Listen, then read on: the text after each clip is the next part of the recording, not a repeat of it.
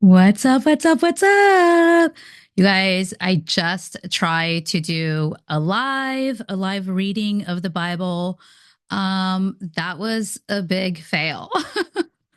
For some reason the volume was working and I moved my mic, something happened, it lost the audio, I couldn't fix it. Because the day ran away from me. I got so busy, so caught up. So I thought I got really provoked in my spirit to do it live. I tried to do it, I think like 3 or 4 times. It wasn't working because I've never done it before. And then finally I got it going live and then the volume just went out. But I still uploaded it because I needed to learn the process of uploading it. Because again, I've never done a live on Facebook. I have done lives on, sorry, I've never done a live on YouTube.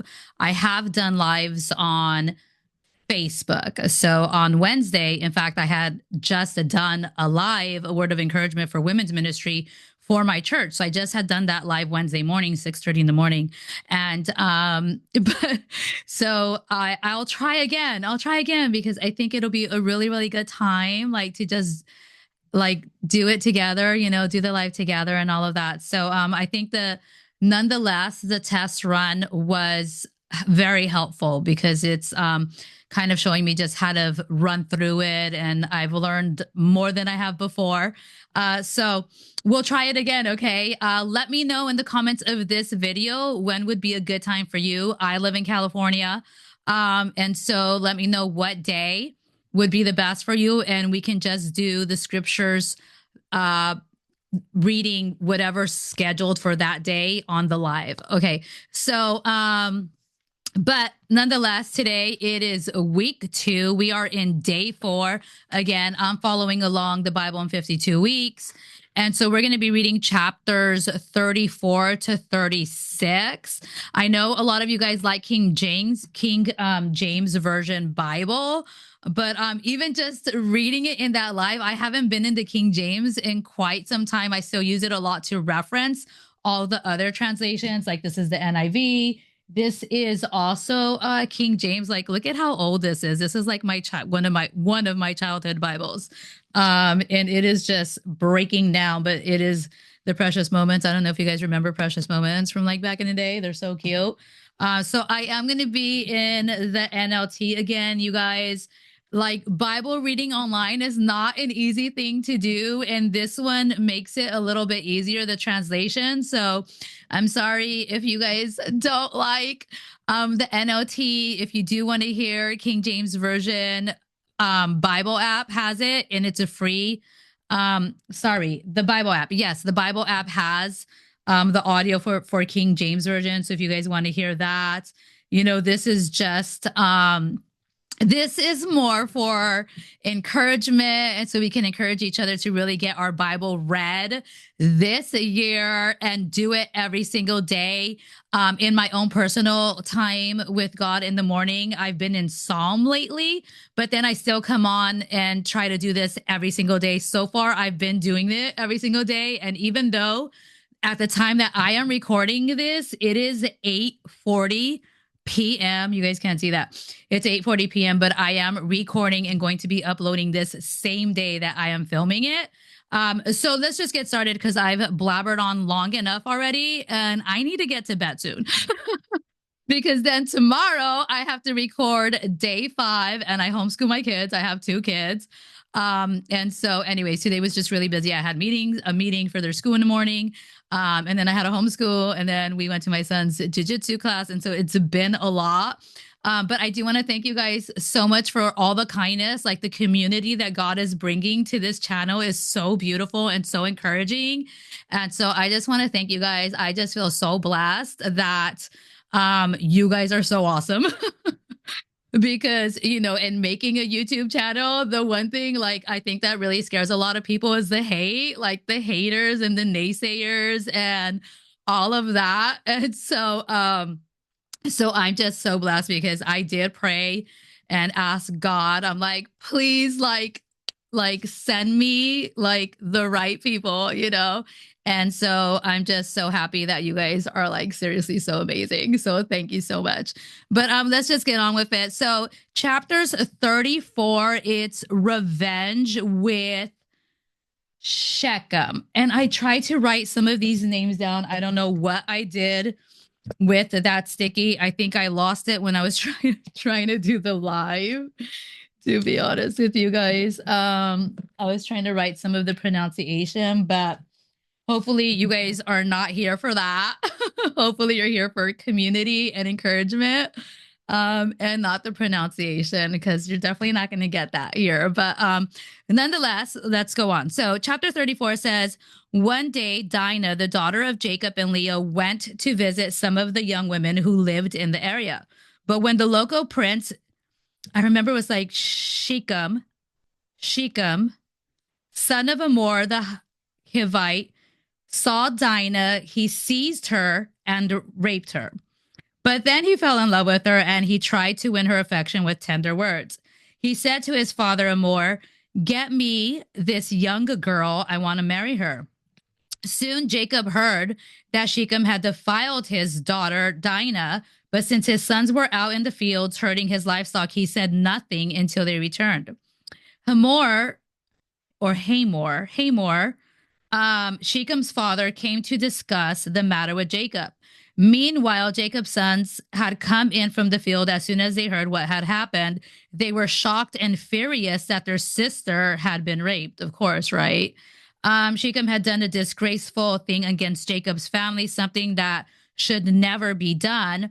Hamor tried to speak with Jacob and his sons. My son Shechem is truly in love with your daughter, he said. Please let him marry her. In fact, let's arrange other marriages too. You give us your daughters for our sons, and we will give you our daughters for your sons. And you may live among us. The land is open to you. Settle here and trade with us, and feel free to buy property in the area. Then Shechem himself spoke to Dinah's father and brothers. Please be kind to me and let me marry her, he begged. I will give you whatever you ask, no matter what dowry or gift you demand. I will gladly pay it. Just give me the girl as my wife.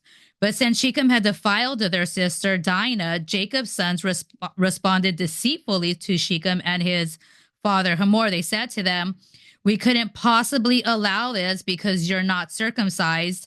It would be a disgrace for our sister to marry a man like you. But here is a solution. If every man among you will be circumcised like we are, then we will give you our daughters and we'll take your daughters for ourselves.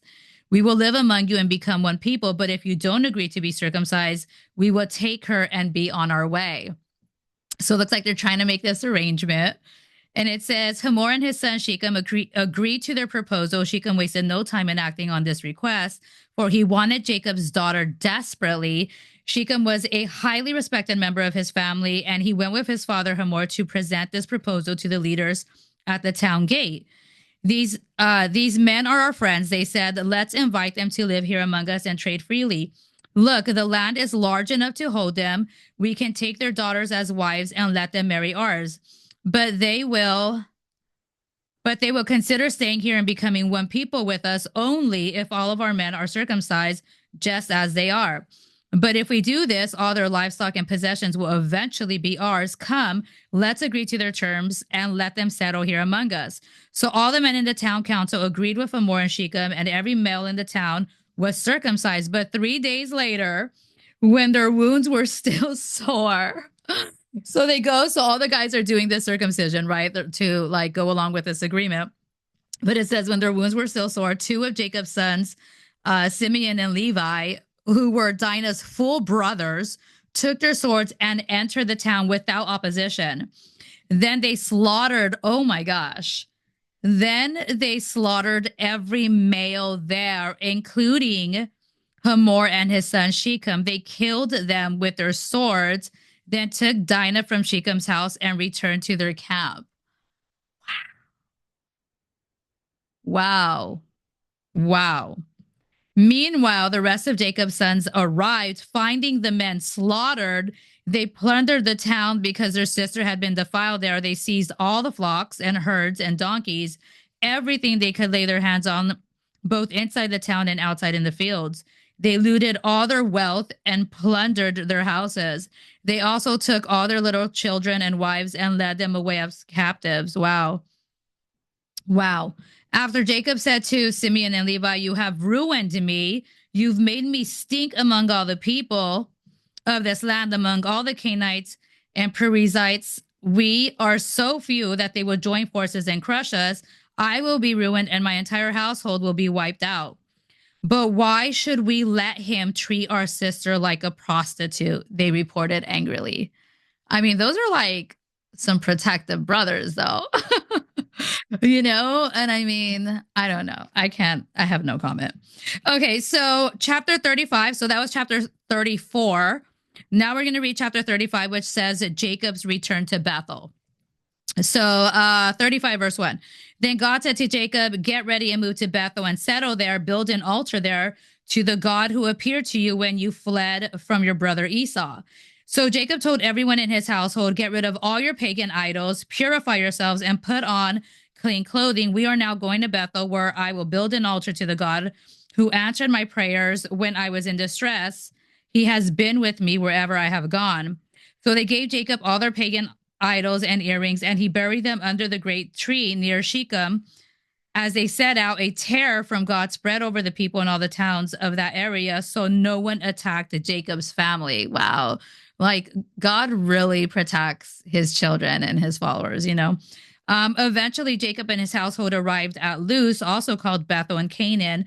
Jacob built an altar there and named the place El Bethel, which means God of Bethel, because God had appeared to him there when he was fleeing from his brother Esau. Soon after this, Rebekah's older nurse, Deborah, died. She was buried beneath the oak tree in the valley below Bethel. Ever since, the tree has been called Alon Bakuth, which means oak of weeping. Wow. Okay. Now that Jacob had returned from Paddan Aram, God appeared to him again at Bethel. God blessed him, saying, "Your name is Jacob, but you will not be called Jacob any longer. From now on, your name will be Israel." So God renamed him Israel. Then God said, "I am El Shaddai,